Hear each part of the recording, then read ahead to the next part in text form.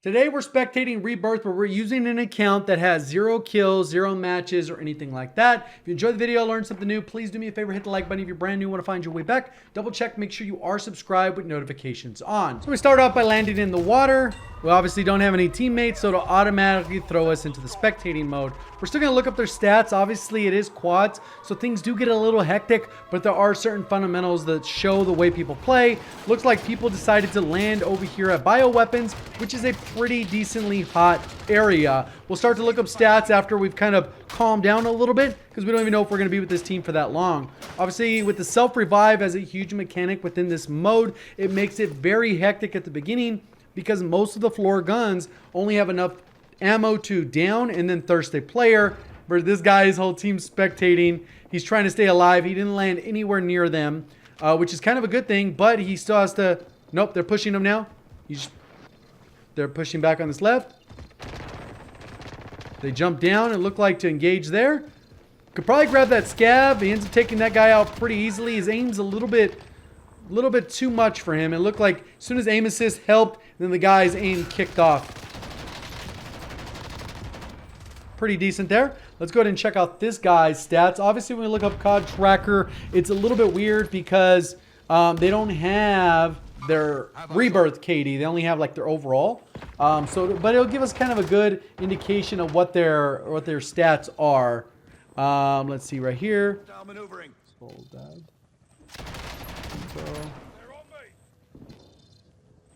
There he is.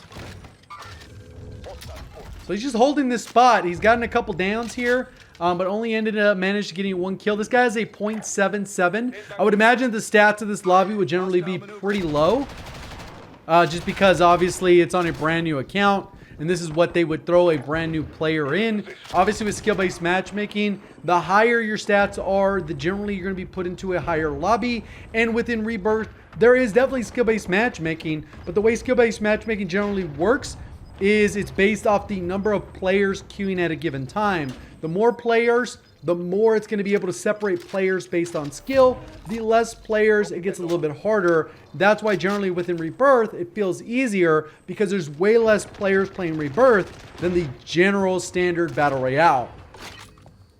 And obviously the whole point of this series is to kind of give some tips, tricks as we go through the motions, kind of seeing what's going on. It is kind of odd that we're already like a full 4 minutes into the match and this guy still hasn't picked up a secondary weapon. He's rocking with the stoner, which is phenomenal with the 4X, but it offers very limited versatility. Only has 11 bullets left in that. This guy's running.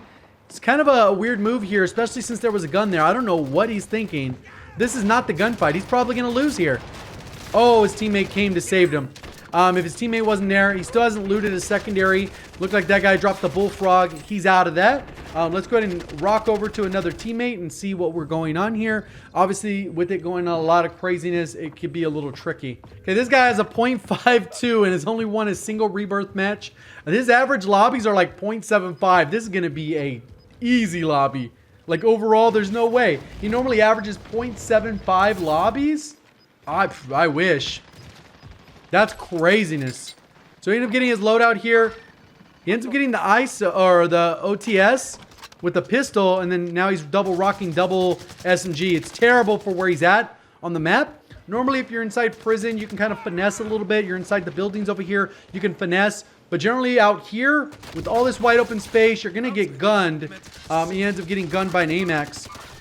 So a lot of times the strategy should be to hang out together. Obviously, they try to land here. They failed. And then they didn't stick together to try and still get the loadout. This free loadout should be used kind of more as an alternative. I see this happen a lot. I play with a lot of randoms. Some have mics, some don't. Inevitably, what happens... This guy's only level 28. Inevitably, what happens... And not even prestige. Inevitably, what happens is they don't have the urgency to get a loadout, and they rely on this spawn loadout. And unfortunately with that puts you in a very bad situation more often than not, because not right now, there's like 3 or 4 enemy loadouts right here. There's probably going to be people watching that. You emptied a whole mag, panic meleeed. And then you end up having easy deaths as a standard nade. Obviously with this low a level, he's using probably the blueprint he bought. Because there's unlikely that he has a lot of good weapons level 28. Obviously, the cap being right around 55 to have unlocked all these standard weapons. 3 kills. Needs to still plate up. Looks like they do have auto attack sprint on potentially, because when every time they move, they do go into an auto attack sprint. I want to go ahead and check out El Ripper now. Okay, they do play together too, because it's the same quad as they go in. So El Ripper has a .74. We double check that. Yeah, .74 and 22 wins in total, all of Battle Royale. 18 total in Battle Royale. And then we also have, what's this guy's name? Han, or Hane. And then Hane, we'll go ahead and look up. So the squad is down, right? Like 0.7, 0.7, 0.5. And that's okay, right? Obviously, they're being thrown in this bracket because the game doesn't want them to feel penalized just for not being good at the game. Unfortunately, they're going to generally run into bad players, so they're never going to have to really improve significantly. This guy has a .45, the Hane guy. 0.45 with 0 wins on Battle Royale. Damn, this guy's game looked weird. He didn't even look like he was hitting the guy. And it was taking damage behind the wall. That was kind of weird. He's averaging a 1 KD in Rebirth, though, based off what the recent matches show. Level 111, so it has a decent amount of play time. Still hasn't reloaded or plated their gun. There's a fire sale, which generally during a fire sale, you want to prioritize self-revives.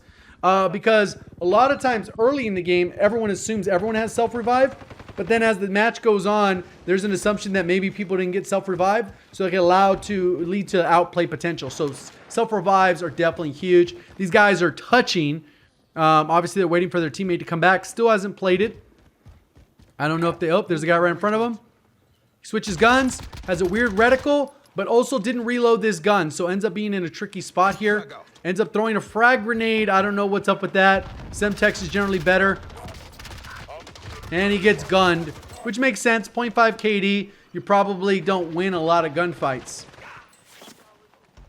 But the team is still alive. This lobby's holding together pretty strong. And that makes sense. Generally, in a low-skill lobby, the lobbies will hold together pretty strong because you need a good player to go in and kill all 4 of a specific team. Generally, that doesn't happen that much because this guy could barely win 1 gunfight. There's no problem to them. They just need more experience. And then once they get a little bit more acclimated to taking down 1 guy, they're going to take down 2. Maybe they push as a team. They completely get a quad wipe. Happens a lot less when the lobby's overall skill is lower. And this is dramatically different than some of the other ones we've spectated on Rebirth. Just because this is definitely a lower skill level for sure, all the way across the board. It's like, look at this.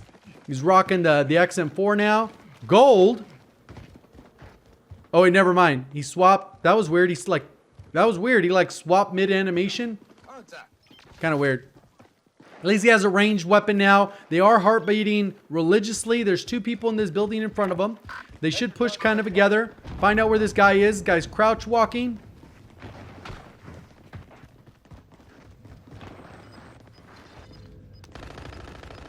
You hear the audio. The teammates are shooting someone. You can see the guy on the mini-map. He gets an easy kill there.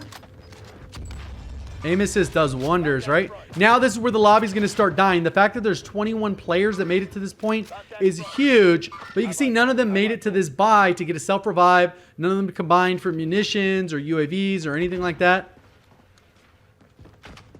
He has gold, but he's not rocking a suppressor. That's very odd. I don't know how the heck that happens.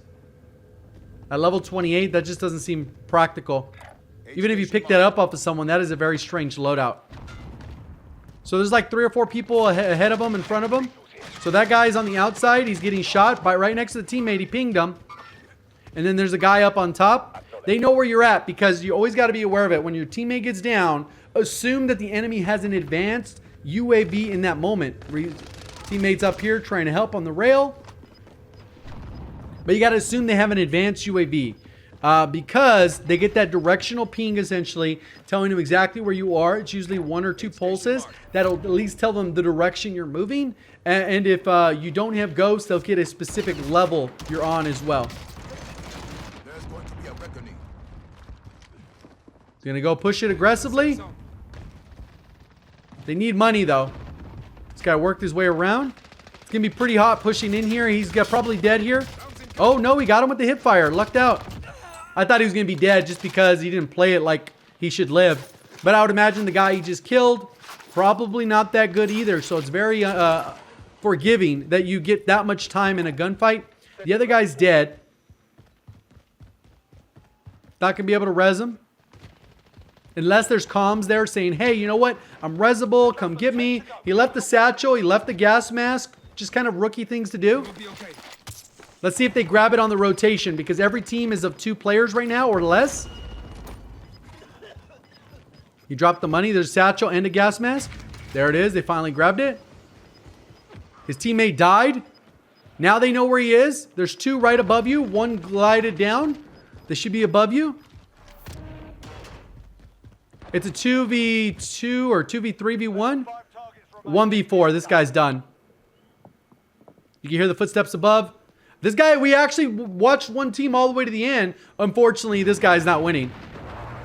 They're just going to gatekeep him on the rotation. I don't know what he's thinking. The guy's above you. They got to jump off. You have a gas mask. The guy's to your right. And there you go. Potatoed. And that's what it's like to spectate randoms. I'm going to put the KD of the lobby on here, but I'm guessing it's somewhere around a 0.75, which is down. I've never seen lobbies that low. Normally you get, if you're in an average lobby, a 1.1, 1.0, if you're doing normal matchmaking. Sometimes it can be much higher if there's a cheater in there, but it is what it is. Hopefully you guys enjoyed the video. If you did, please do me a favor, hit the like button. If you want to show support on the channel, make sure you are subscribed with notifications on so you'll be able to find your way back. Appreciate all the support. Thank you for watching. As always, have a great day.